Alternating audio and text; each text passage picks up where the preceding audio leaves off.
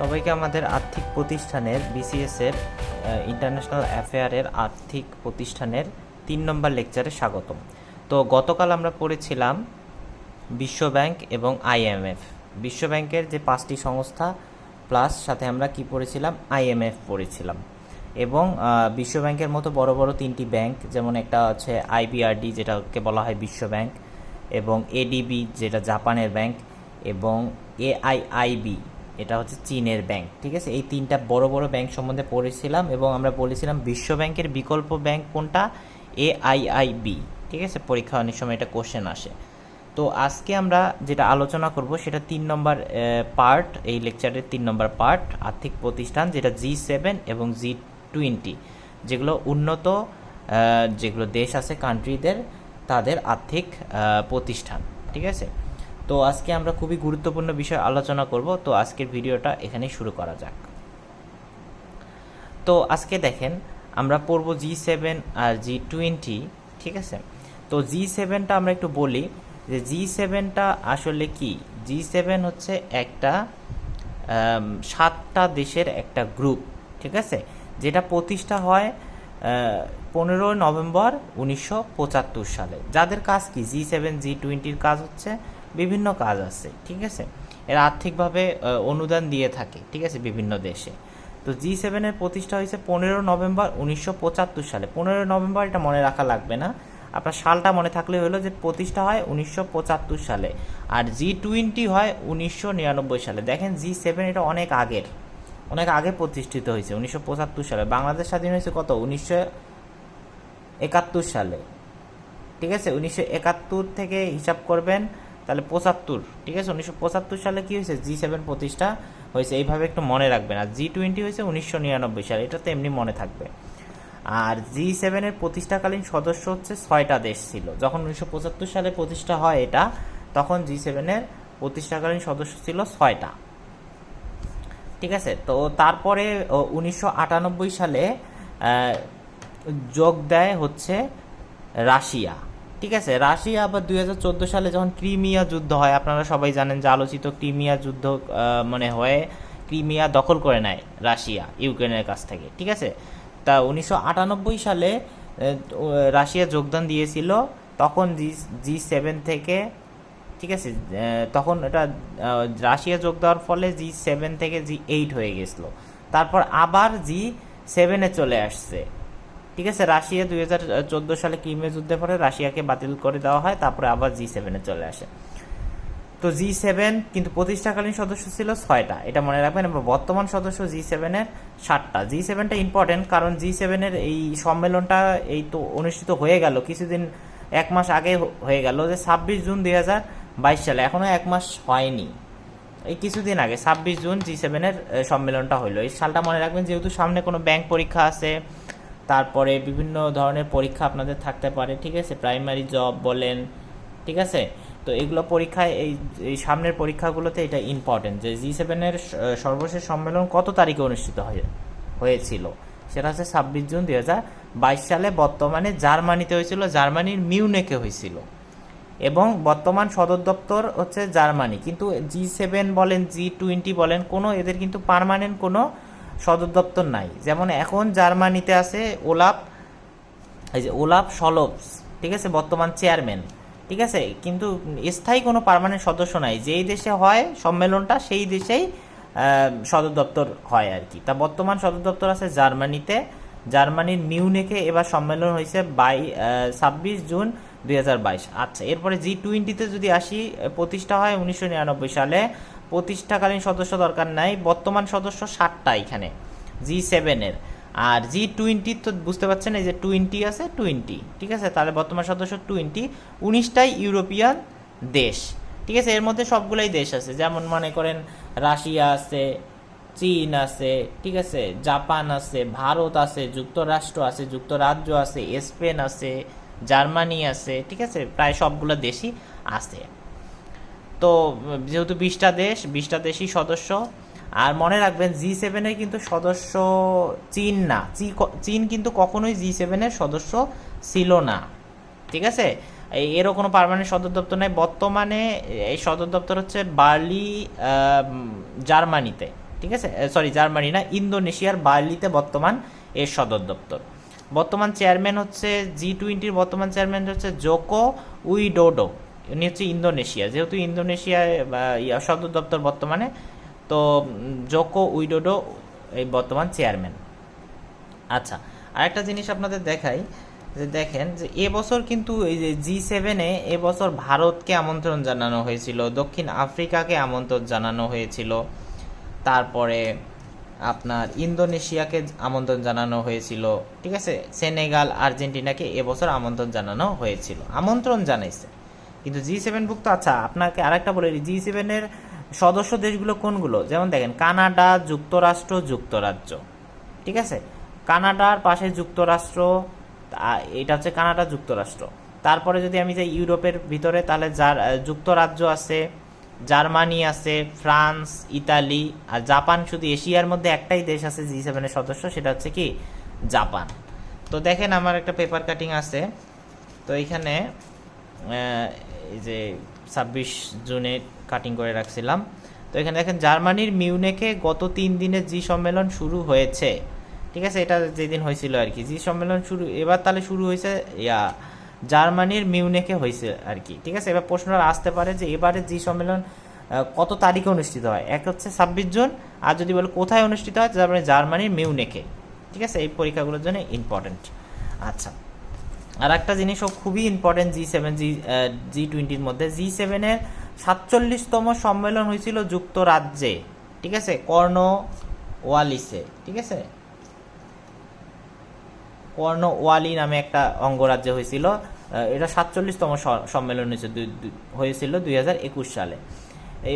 এবার তো 2022 সালে হইলো, সেটা জার্মানিতে হইলো, জার্মানির কোথায়, মিউনিখে। এবারের সম্মেলনটা হচ্ছে 48তম সম্মেলন। পরীক্ষায় আসতে পারে যে G7-এর 50তম সম্মেলন কোথায় অনুষ্ঠিত হতে পারে, হবে, কোথায় অনুষ্ঠিত হবে এবং কত সালে হবে। এটা 50তম সম্মেলন হচ্ছে ইতালিতে অনুষ্ঠিত হবে 2024 সালে। যেহেতু এটা 2022, এটা যদি 48 হয়, তার 2 বছর পর, প্রতি বছরই সম্মেলন হয়, তাহলে 2024 সালে ইতালিতে হবে। আবার 49তম সম্মেলন হবে কোথায়, জাপানে 2023 সালে। তাহলে আগামী সম্মেলন হবে জাপানে, ঠিক আছে, আগামী সম্মেলন হবে 2023 সালে জাপানে, ঠিক আছে, এশিয়ার দেশ জাপানে। আর 50তম সম্মেলন হবে কোথায়, ইতালিতে 2024 সালে। এগুলা পরীক্ষা আসতে পারে, ইম্পর্টেন্ট, এগুলো খুবই ইম্পর্টেন্ট। আচ্ছা, আর এবার যে হবে, এবার আসলে সম্মেলন হবে, এখনো হয়নি G20 সম্মেলন, এটা হওয়ার কথা, সম্ভাব্য ডেট দিছে আপনার নভেম্বরে, সম্ভবত এটা হচ্ছে আপনার প্ল্যান করে রাখছে ওরা 15 থেকে 16 নভেম্বর, ঠিক আছে, G20-র সম্মেলন প্ল্যান করে রাখছে 15 থেকে 16 নভেম্বর, এর মধ্যে ওরা করবে। তো বর্তমান G20-র সদর দপ্তর কোথায়, বার্লিন, ইন্দোনেশিয়ায়, বর্তমানের জোকো উইডোডো, ঠিক আছে। তাহলে 17তম সম্মেলন 2022। এবং যদি আপনাকে প্রশ্ন করে যে বর্তমানে সম্মেলন কততম সম্মেলন হবে G20-র, তাহলে সেটাকে বলতে হবে 17তম সম্মেলন। এবং 18তম সম্মেলন হবে ভারতে 2023 সালে, ঠিক আছে, 18তম সম্মেলন হবে ভারতে। যদিও 17তম সম্মেলন ভারতে হওয়ার কথা ছিল, পরে ভারতের এটা হয়নি, এটা ক্যান্সেল করে দিছে, ঠিক আছে। 18তম সম্মেলন হবে ভারতে 2023 সালে, আগামী বছরে।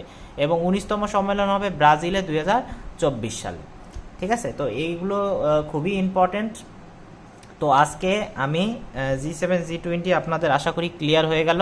এরপরে যেটা পড়াবো সেটা দেখেন, একটা বড় একটা অংশ পড়াবো, BIS, ঠিক আছে, ব্যাংক ফর ইন্টারন্যাশনাল সেটেলমেন্ট, মানে সবার সেটেলমেন্ট করে যে ব্যাংক, সেটাকে বলা হয় BIS, ঠিক আছে। প্রতিষ্ঠা হয়েছে 1930 সালে, অনেক আগে। সদস্য তো হচ্ছে 63টা দেশের সেন্ট্রাল ব্যাংক এর সদস্য। আচ্ছা, যদিও বাংলাদেশের সদস্য না, তারপরে আমি বাংলাদেশের উদাহরণ দিয়ে আপনাদের বলতেছি। মনে করেন বাংলাদেশে একটা কেন্দ্রীয় ব্যাংক আছে, অবশ্যই ব্যাংক আছে, ঠিক আছে, সেটাকে কি বলি আমরা, বাংলাদেশ ব্যাংক। ওই বাংলাদেশ ব্যাংক হচ্ছে বাংলাদেশের কেন্দ্রীয় ব্যাংক। সেই রকম ওই আপনার বাংলাদেশ ব্যাংকেরও একটা কেন্দ্রীয় ব্যাংক, সেটা হচ্ছে যদি হয় সেটাকে বলবো BIS। তার মানে কেন্দ্রীয়, মানে সেন্ট্রাল ব্যাংকদের ব্যাংক যে, ঠিক আছে, তাকে বলবো BIS। যদিও বাংলাদেশ কিন্তু BIS এর সদস্য না, ঠিক আছে। আমি উদাহরণের জন্য আপনাকে বুঝাইলাম এটা। তাহলে 63টা দেশের সেন্ট্রাল ব্যাংক এই BIS এর সদস্য, ঠিক আছে। এরা সেন্ট্রাল ব্যাঙ্কগুলো সেন্ট্রাল ব্যাঙ্ক হিসাবে কাজ করে, ঠিক আছে। সেন্ট্রাল ব্যাঙ্কগুলোর সেন্ট্রাল ব্যাঙ্ক হিসাবে কাজ করে কে? বিস। সদর দপ্তর এই যে বাসেল, সুইজারল্যান্ড। আপনারা জানেন যে সব বড় বড় সদর দপ্তর কিন্তু সুইজারল্যান্ডে, সেই হিসাবে ওইভাবে মনে রাখবেন। যেহেতু বিস হচ্ছে সেন্ট্রাল ব্যাঙ্কদের ব্যাঙ্ক, ঠিক আছে, সেন্ট্রাল ব্যাঙ্কদের সেন্ট্রাল ব্যাঙ্ক, সেহেতু এটা অবশ্যই সুইজারল্যান্ডে হবে। সুইজারল্যান্ড তো অনেক দেখবেন যে বড় বড় যেগুলো সদর দপ্তর সেগুলো সবগুলোই ম্যাক্সিমাম কি সুইজারল্যান্ডে, সেই হিসাবে এইভাবে মনে রাখবেন, মনে রাখার খাতিরে। আচ্ছা, 20 তাহলে হয়ে গেল, G7 গেল, G20 গেল। আচ্ছা, আপনাদের যদি এর আগের যদি ভিডিওটা যারা দেখেননি তারা অবশ্যই দেখে নেবেন। এর আগে আমি সুন্দরভাবে পড়াইছিলাম ওয়ার্ল্ড ব্যাংক এবং ওয়ার্ল্ড ব্যাংকের যে শাখা পোশাখা আছে, ঠিক আছে, তারপরে বড় বড় ব্যাংক এডিবি, এআইআইবি, ঠিক আছে। তারপর আমরা পড়াইছিলাম, দেখেন গত ক্লাসের লেকচার যদি আমি বলি, আমরা পড়াইছিলাম IMF, ইন্টারন্যাশনাল মনিটারি ফান্ড, যেটা 1944 সালে প্রতিষ্ঠা হয়েছে বাংলাদেশ ব্যাংকের সাথে, সেটা পড়াইছিলাম। তো এগুলো একটু সুন্দর করে গত ক্লাস লেকচারটা দেখবেন। তো আজকে আমাদের শেষ পার্ট এটা। তো শেষ পার্টে আমরা বলতেছি এনডিবি ব্যাংক সম্বন্ধে একটু আলোচনা করব। এনডিবি ব্যাংক মানে নিউ ডেভেলপমেন্ট ব্যাংক, যেটা চীনা ব্যাংক। চীনা ব্যাংক কিন্তু আমরা আপনাদের পড়াইছিলাম, প্রথম পার্টে দেখবেন। যারা প্রথম পার্টটা দেখেননি তারা দেখে নেবেন যে এআইআইবি এটা হচ্ছে একটা চীনা ব্যাংক, ঠিক আছে। এশিয়ান ইনফ্রাস্ট্রাকচার ইনভেস্টমেন্ট ব্যাংক, যার সদর দপ্তর কোথায় ছিল? বেইজিংয়ে ছিল, এবং এটা 2015 সালে প্রতিষ্ঠিত হয়। কেন প্রতিষ্ঠিত হয় এর ব্যাখ্যাটা করা আছে। যারা 1 নম্বর ভিডিওটি দেখেননি তারা 1 নম্বর টিউটোরিয়ালটি দেখে নেবেন। এবং এআইআইবি কি? এটা চীনা ব্যাংক এবং বিশ্ব ব্যাংকের বিকল্প bank. AIIB Asian infrastructure investment bank. তো চীন দুইটা ব্যাংক বানাইছে, একটা এআইআইবি আর একটা কি এনডিবি, মানে new development bank. NDB, not ADB. ADB কিন্তু আবার জাপানের ব্যাংক, ঠিক আছে। এটা 1 নম্বর লেকচারটা দেখলে আপনারা ক্লিয়ার হবেন। আচ্ছা, সেই রকম এআইআইবি প্রতিষ্ঠিত হয়েছে 2015 সালে, সেই রকম এনডিবি ব্যাংকও প্রতিষ্ঠা হয়েছে 2015 সালে। এই যে দেখেন আমি লিখে দিচ্ছি সেম অ্যাজ এআইআইবি। এগুলো একটু করে পড়বেন, কম্পেয়ার করে পড়বেন, তাহলে মনে থাকবে। যেহেতু দুইটাই চীনের ব্যাংক, তাই একই সালে প্রতিষ্ঠিত করছে চীন দুইটা ব্যাংক। সদস্য মাত্র 7টা। সেখানে এআইআইবির সদস্য কতগুলো দেখেন, 89। এখানে যে 189 আছে বিশ্ব ব্যাংকের সদস্য, এই হচ্ছে 89। এইভাবে গত ক্লাসে মনে রাখার একটা উদাহরণ পড়াইছিলাম। তো আর এখানে মাত্র সদস্য হচ্ছে 7টা। সেই সদস্যগুলোকে আমরা ব্রিক্স হিসাবে, প্রথমে ছিল ব্রিক, ঠিক আছে, পরে হয়েছে ব্রিক্স। কে যুক্ত করছে? পরে আসে সাউথ আফ্রিকা যুক্ত হয়ে ব্রিক্স হয়েছে, ঠিক আছে। তো 7টা দেশ খুবই ইম্পর্টেন্ট, যে ব্রিক্সের সদস্য কারা বা এনডিবি সদস্য কারা, এটা পরীক্ষায় আসে। তো আপনাদের মনে রাখতে হবে। বিতে কি দেখেন ব্রাজিল, আর আরতে রাশিয়া, আইতে কি ইন্ডিয়া, সিতে চায়না, এসতে কি সাউথ আফ্রিকা। প্রথমে ছিল ব্রিক, তারপরে হয়েছে সাউথ আফ্রিকা যোগ দিছে, তারপরে হয়েছে ব্রিক্স, ঠিক আছে। তো এখন বাংলাদেশও যোগ দিছে। এভাবে মনে রাখবেন ব্রিক্স বিডিইউ, তার মানে কি ব্রাজিল, রাশিয়া, তারপরে ইন্ডিয়া, চায়না, ঠিক আছে, তারপরে সাউথ আফ্রিকা, তারপরে বাংলাদেশ, বিডিতে বাংলাদেশ, আর ইউতে কি ইউএই। এবং সর্বশেষ সদস্য এই ইউএই। দেখেন সর্বশেষ সদস্য কে? ইউএই। সদর দপ্তর অবশ্যই, যেহেতু এটা চায়নার ব্যাংক এনডিবি, সদর দপ্তর অবশ্যই সাংঘাই চীন হবে। প্রেসিডেন্ট কি? বর্তমান প্রেসিডেন্ট হচ্ছে ম্যাকোস প্রাডো ট্রয়, ঠিক আছে। বাংলাদেশ সদস্য লাভ করে 16 সেপ্টেম্বর 2021। যেহেতু এটা সম্প্রদ গত 1 বছর আগে হয়েছে এবং রিসেন্টলি হয়েছে, তাহলে এর সালটা সহ মনে রাখতে হবে যে এনডিপির সদস্য বাংলাদেশ কত সালে লাভ করে।